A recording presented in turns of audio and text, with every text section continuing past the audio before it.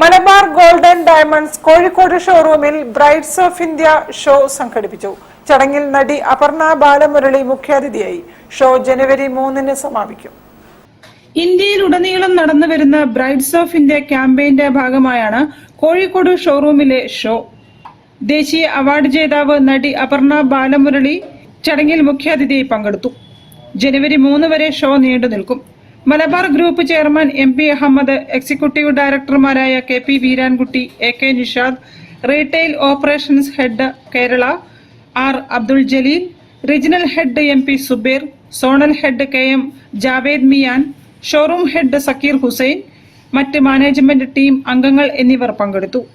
ഇന്ത്യയുടെ പാരമ്പര്യവും സംസ്കാരവും ഒന്നിച്ചു ചേരുന്ന വൈവിധ്യമാർന്ന വിവാഹ ചടങ്ങുകളുടെയും വിവിധ ദേശങ്ങളിലെ വധുവിന് അനുയോജ്യമായ വിവാഹ ആഭരണങ്ങളുടെ മനോഹാരിതയുടെയും പരിശുദ്ധിയുടെയും ആഘോഷമാണ് ബ്രൈഡ്സ് ഓഫ് ഇന്ത്യ ക്യാമ്പയിൻ എന്ന് Malabar group chairman MP Ahammed പറഞ്ഞു.